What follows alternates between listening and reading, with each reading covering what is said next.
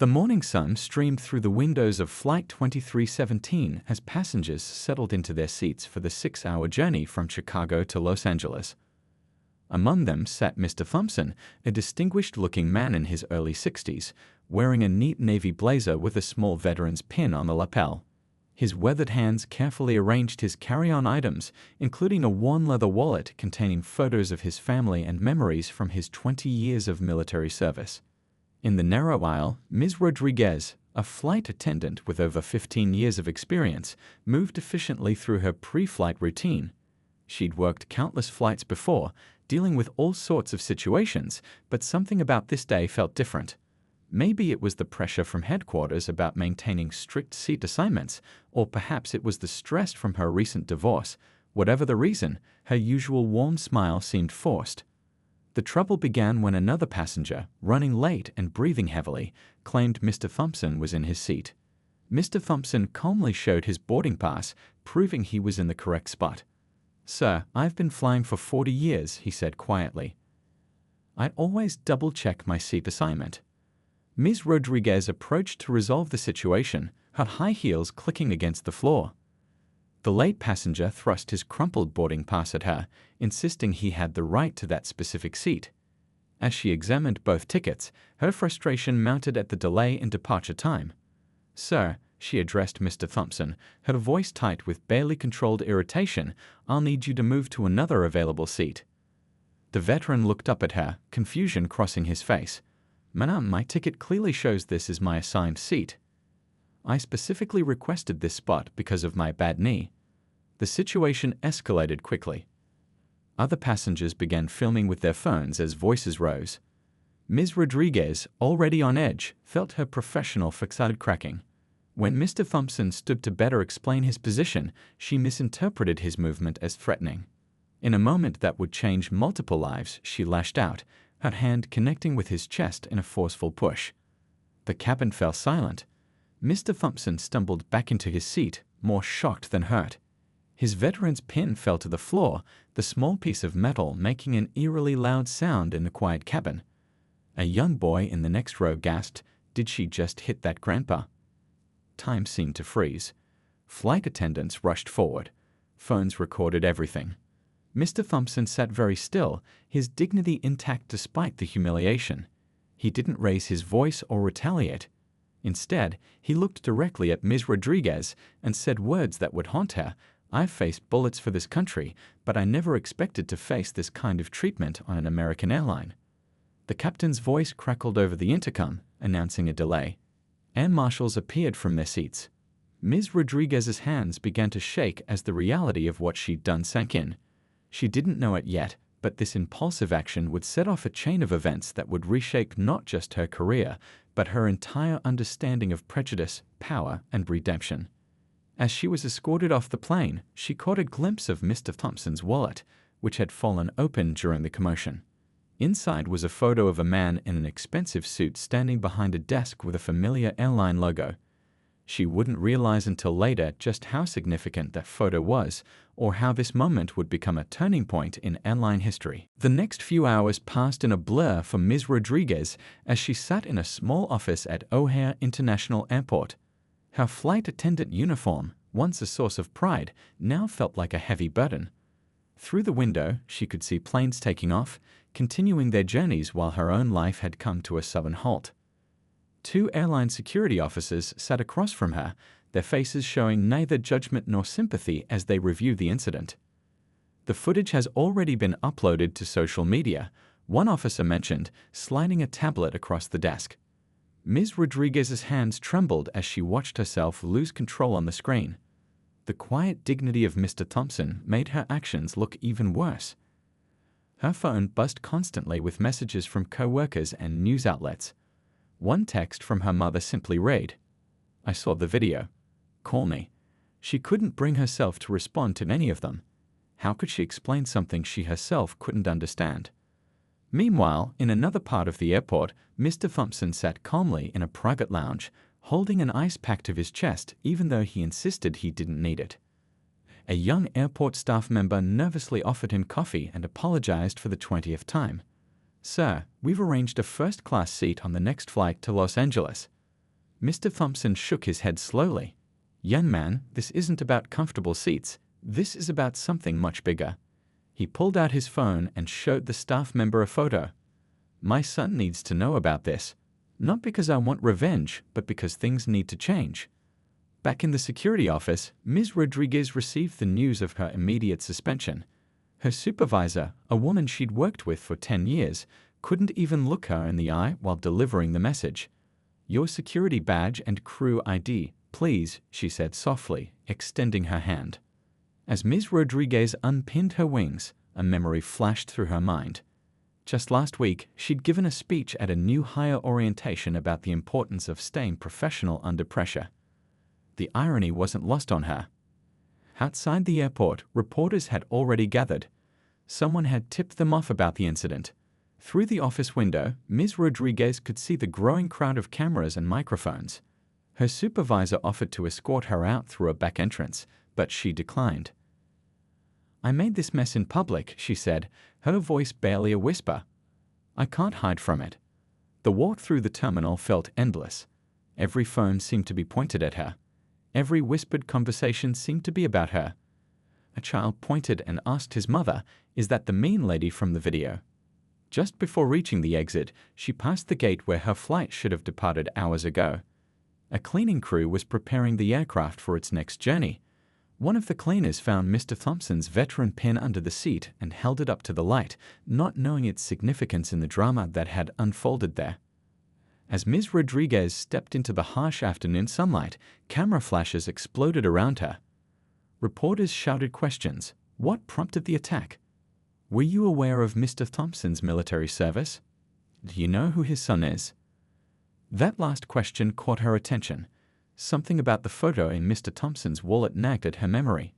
But before she could process it, her phone buzzed with a new message. It was from the airline's legal department, requesting her presence at an emergency meeting the next morning. The message ended with 5 words that made her blood run cold. Please bring legal representation if desired. Morning arrived with a sense of dread. Ms. Rodriguez sat in the airline's corporate headquarters, her lawyer beside her in a conference room that felt too big and too cold. The wall-mounted TV silently played a news channel where footage of yesterday's incident kept repeating in an endless loop. Her lawyer, a middle-aged woman with kind eyes, squeezed her hand reassuringly. Remember, say as little as possible. But before Ms. Rodriguez could respond, the door opened. Her heart nearly stopped when she saw who walked in. The man from the photograph in Mr. Thompson's wallet, the one she'd glimpsed during the chaos, stood before her. He wore an expensive suit and carried himself with the same quiet dignity as his father. The nameplate on his chest read, Chief Executive Officer. Good morning, he said, his voice carrying the weight of authority. I believe you've met my father. The room fell so quiet you could hear the hum of the air conditioning. Ms. Rodriguez felt the floor tilt beneath her feet as realization crashed over her. The CEO took his seat at the head of the table. My father called me yesterday after the incident. Do you know what he said? He paused, looking directly at Ms. Rodriguez. He said he was more concerned about you than himself. Tears welled up in Ms. Rodriguez's eyes as the CEO continued. He told me about your face after it happened, how lost you looked. He said he recognized that look from his time in the service. It's the look someone has when they've made a mistake they can't take back. Security footage played on a screen behind him. Frame by frame, the incident unfolded again. Ms. Rodriguez watched herself transform from a professional flight attendant into someone she didn't recognize. The CEO stopped the video at the moment his father looked up at her after the push. My father spent 20 years defending this country, he said, his voice steady but emotional.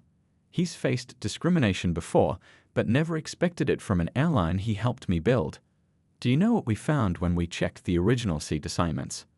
Ms. Rodriguez shook her head silently. The other passenger was in the wrong seat. My father was right all along. The words hung heavy in the air. But this isn't just about a seating mistake anymore. This is about bias, about pressure, about how we treat each other when we think nobody important is watching. He pulled out his father's veteran's pin, the one that had fallen during the incident. Our ground crew found this. My father's worn it every day since returning from service. He placed it carefully on the table between them. Ms. Rodriguez's lawyer started to speak, but her client raised a hand to stop her. "Sir," Ms. Rodriguez said, her voice breaking, "I don't have any excuses. When I saw your father's face in that moment, the hurt, the dignity, I knew I'd done something unforgivable. I spent the night wondering how I could have lost control like that." The CEO nodded slowly. "My father also said something else. He said this could be a teaching moment, not just a punishment." He leaned forward. "But first, I need to understand. What made you disregard a veteran's simple, correct request? What made you push a man old enough to be your father?" The question hung in the air as Ms. Rodriguez faced the hardest moment of her career, not just explaining her actions, but confronting the deeper biases she hadn't known she carried. The CEO's phone buzzed with an incoming message. "That's my father," he said, checking the screen. "He's asking how you're doing." The simple act of human concern from the man she wronged broke something inside her. As tears rolled down her cheeks, Ms. Rodriguez began to speak, finally ready to confront the truth about herself and the long journey of change ahead. The video had gone viral overnight. From morning shows to late-night news, the incident played on repeat. Every major news outlet ran headlines about the airline confrontation, but they weren't just showing the moment of violence anymore. They dug deeper. News anchors spoke about Mr. Thompson's decorated military career. Sources tell us he served 3 tours overseas, one reporter announced. He received multiple commendations for bravery under fire and later worked with veteran support groups. Photos appeared on screen. A younger Mr. Thompson in uniform, helping fellow soldiers, receiving medals. Ms. Rodriguez watched it all from her small apartment, blinds drawn against the reporters camped outside. Her phone had died hours ago from the constant flood of notifications. Some messages expressed anger, others disappointment. A few former colleagues tried to defend her, pointing to her years of excellent service, but their voices were drowned out in the storm of public outrage. Social media was even worse. The hashtag #JusticeForVeterans was trending. People shared their own stories of discrimination. This isn't just about one incident, a viral post read. It's about how we treat our veterans, our elders, each other. Her neighbor knocked on the door around noon, bringing groceries. "They're saying his son owns the airline," the neighbor whispered, unable to contain her curiosity. Ms. Rodriguez just nodded, remembering the CEO's face during yesterday's meeting, the way he'd held his father's veteran pin like it was made of gold. The airline's public relations team had released a statement. "We are conducting a thorough investigation into this deeply troubling incident. This behavior does not reflect our values or our commitment to treating every passenger with dignity and respect." What they didn't mention was the quiet revolution already happening inside the company. In the afternoon, her lawyer called with updates. The video had reached government officials. The Department of Transportation was launching an inquiry. Veterans groups were calling for accountability. But there was something else. Something unexpected. "Mr. Thompson gave an interview," her lawyer said. "You need to see this." Ms. Rodriguez turned on her TV just in time to catch the end of the interview. Mr. Thompson sat in a studio, looking dignified in his navy blazer, a new veteran's pin gleaming on his lapel. "What do you want to happen to the flight attendant?" the interviewer asked. Mr. Thompson's response stunned everyone. "I want her to learn, not suffer," he said firmly. "In the military, we know something about second chances. We know about pressure, about mistakes, about redemption. This country gave me a second chance when I came back from war. Maybe it's time we talked about giving others the same opportunity." The studio fell silent. The interviewer, clearly expecting calls for punishment, struggled to respond. "But sir, she assaulted you. The video clearly shows." "The video shows someone having their worst moment in public," Mr. Thompson interrupted gently. "I've had my worst moments too. The difference is, mine weren't filmed and shared with the world. My son and I have been talking. We believe this can be more than just another viral outrage. It can be a moment for real change." As Ms. Rodriguez watched, tears streaming down her face, her doorbell rang. A courier stood outside with an envelope from the airline's corporate office. Inside was a letter that would change everything. Not a termination notice, but an invitation to be part of something bigger than herself. The letter outlined a new company-wide initiative on bias training and veteran awareness. At the bottom was a handwritten note from Mr. Thompson. "The hardest battles are the ones we fight with ourselves. Are you ready to fight?" For the first time since the incident, Ms. Rodriguez felt something besides shame. It wasn't hope, not quite yet, but it was the beginning of understanding that rock bottom could also be a foundation. The courthouse loomed ahead as Ms. Rodriguez walked up the steps, her lawyer by her side. Camera flashes exploded around them, but today felt different. The crushing weight of shame had transformed into something else: determination. Inside the courtroom, she faced both criminal charges and a civil lawsuit. Her lawyer had explained that despite Mr. Thompson's forgiveness, the state had decided to press charges. Assault is assault, the prosecutor had said, regardless of the victim's wishes. The courtroom buzzed with whispers as Mr. Thompson entered. He moved slowly but purposefully to the witness stand.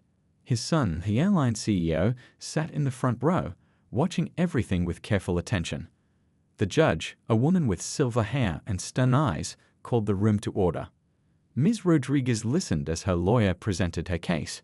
"Your Honor, my client has no prior record. She's served thousands of passengers over 15 years without incident. This moment, while serious, doesn't define her entire character." The prosecutor painted a different picture. This was a clear abuse of authority against a veteran, against an elder, against a man who was simply in his correct seat. The video evidence is undeniable. The familiar footage played again on the courtroom screen. But then something unexpected happened. Mr. Thompson asked to speak. The judge nodded, and he stood, his voice clear and strong. "I've seen a lot in my years of service," he began. "I've seen good people make terrible mistakes under pressure. I've also seen what happens when we focus only on punishment instead of growth." He turned to face Ms. Rodriguez directly. "The day after the incident, this woman spent 6 hours in a meeting with my son and me. She didn't make excuses. She faced her actions honestly. Do you know how rare that is these days?" The courtroom fell silent as he continued. "She's already lost her career. The internet will never forget what she did. But I'm more interested in what she'll do next.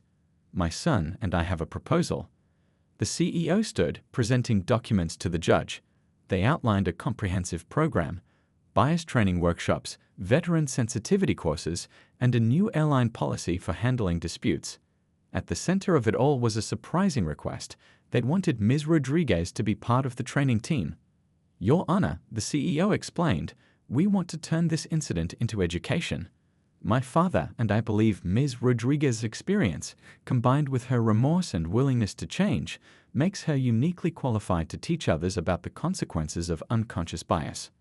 The prosecutor objected, arguing that this was too lenient. But Mr. Thompson wasn't finished. "In the military, we learned that the strongest team members are often those who face their biggest failures head-on. I'm not asking for charges to be dropped. I'm asking for a sentence that serves a higher purpose." The judge studied the documents carefully, occasionally glancing at Ms. Rodriguez. "The easy path would be to simply punish," she finally said. "But sometimes justice requires more imagination, more courage." She laid out her decision: community service, mandatory counseling, and participation in the airline's new training program. But there was a catch. Ms. Rodriguez would have to share her story, again and again, helping others understand how bias can cloud judgment in critical moments. As the gavel fell, Ms. Rodriguez felt tears on her cheeks. But these weren't tears of shame anymore. Mr. Thompson approached her slowly, offering his hand. "Ready to get to work?" he asked quietly. Behind him, his son nodded encouragingly. Outside, reporters waited with questions about the unusual sentence. But the real story wasn't in the legal details. It was in the way Mr. Thompson's hand stayed steady as he helped Ms. Rodriguez down the courthouse steps, showing the world what real strength looks like. The airline's training center buzzed with nervous energy. 6 months had passed since the incident, and today marked a turning point. Mr. Thompson stood at the podium, addressing a room full of airline staff from across the country. Behind him, a screen displayed the company's new initiative: Building Bridges, Understanding Bias in Aviation. "Some of you might recognize me from that viral video," he began, his voice steady. "But today isn't about that moment, it's about what happened after." He gestured to the back of the room. where Ms. Rodriguez waited, her hands clasped tightly together. The room shifted uncomfortably as she walked to the front. Gone was her flight attendant uniform, replaced by a simple business suit. She looked different now, humbled but somehow stronger. Meeting each person's gaze, she began to speak. "I used to think I was one of the good ones," she said quietly. 15 years of service, hundreds of compliments, not a single complaint about discrimination. But it only took 10 seconds to prove how wrong I was about myself. The screen behind her showed clips from that day, but now interspersed with new footage, veterans sharing their experiences, airline staff discussing pressure situations, experts explaining how bias works in split-second decisions. Mr. Thompson's son, the CEO, joined them on stage. "When my father called me after the incident, he said something I'll never forget. 'Son, don't waste a perfectly good crisis.'" The audience laughed nervously. He meant that sometimes our worst moments can lead to our most important changes. Together, they unveiled the company's new training program. It wasn't just about avoiding discrimination, it was about understanding human behavior under pressure. Ms. Rodriguez shared her counseling insights, explaining how stress and hidden biases can combine into devastating choices. "The hardest part," she admitted, "wasn't losing my job or facing charges. It was watching that video and realizing I had become everything I claimed to hate." Her voice cracked slightly. "But Mr. Thompson taught me something incredible. He showed me that change isn't just about punishment, it's about purpose." The CEO then revealed something surprising. Their program had caught the attention of other airlines. Representatives from 3 major carriers sat in the audience, taking notes. What had started as a crisis was becoming a movement.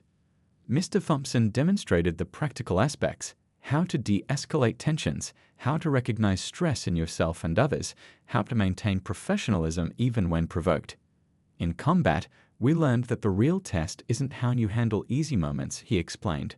"It's what you do when everything goes wrong." During the break, an older flight attendant approached Ms. Rodriguez. "I watched that video dozens of times," she confessed. "Every time, I thought, that could have been me."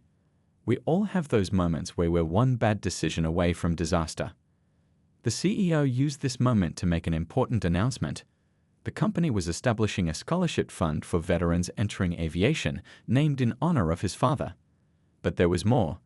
They were also creating a peer support program for airline staff, recognizing that preventing incidents like this meant addressing the pressure cooker environment that sparked them.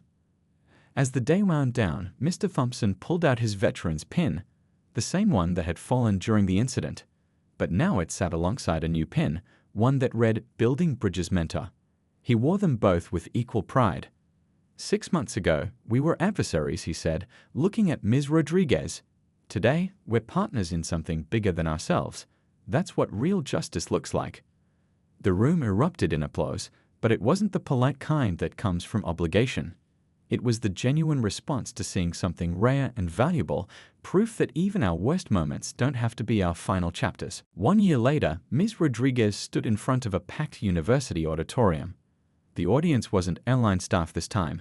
They were psychology students studying human behavior and bias. On the screen behind her, familiar footage played, but now it carried a different weight. "A year ago, this video ruined my life," she began, her voice stronger than it used to be. "Or at least, that's what I thought at the time. Now I understand it saved me from becoming someone I didn't want to be." She clicked to the next slide, showing statistics about workplace incidents and stress-related conflicts. "But this isn't just my story anymore. In the past year, our training program has reached over 50,000 airline employees. We've seen reported incidents drop by 60%. The back door opened quietly and Mr. Thompson slipped in. He moved a little slower now, but his presence still commanded respect. His son, the airline CEO, followed close behind. They'd both become regular supporters at these talks, though they usually let Ms. Rodriguez handle them alone. "The hardest question I get," she continued, "is whether I'm grateful for what happened. The answer is complicated. I'm not grateful for hurting someone. I'm not grateful for letting bias cloud my judgment. But I am grateful for what came after, the chance to help others avoid my mistakes." She shared stories from their training sessions: the pilot who admitted he'd been one bad day away from a similar incident, the ground crew member who recognized his own biases before they led to conflict, the flight attendant who used their techniques to diffuse a tense situation mid-flight. "Mr. Thompson taught me something powerful," she said, gesturing to where he sat. "He showed me that the measure of a person isn't in never making mistakes, it's in what you do after you make them." The CEO then joined her on stage, sharing news that brought tears to her eyes. The training program they developed was being adopted by transportation companies across the country. Airlines, bus services, train lines, all seeing the value in addressing bias before it led to crisis. But the biggest change, Ms. Rodriguez admitted, happened inside me. She pulled out her old flight attendant wings, placing them beside a new badge that read Senior Training Coordinator. "I lost a career I loved, but I found a calling I needed." Mr. Thompson finally stood to join them, walking slowly but purposefully to the podium. "A year ago," he said, his voice carrying decades of wisdom, "I was just a veteran trying to get to his grandson's graduation. Now I'm part of something that might help change how we treat each other." He turned to Ms. Rodriguez with a warm smile. "Sometimes the worst day of your life becomes the first day of your best chapter." Reaching into his pocket, he pulled out 2 pins, his veteran's pin and the Building Bridges pin. "Today, I'm adding a third." He handed her a small box. Inside was a new pin, created by the veteran support groups they worked with. It showed 2 hands clasped in understanding, with words that made her throat tight, "From crisis to change." The applause that followed wasn't just for them, it was for the idea that redemption is possible, that one moment doesn't define a life, that change can come from the most unexpected places. As they left the auditorium together, a student stopped them. "Do you two ever think about how differently things could have gone that day on the plane?" Ms. Rodriguez and Mr. Thompson shared a knowing look. "Every day," she answered. "That's exactly why we're here."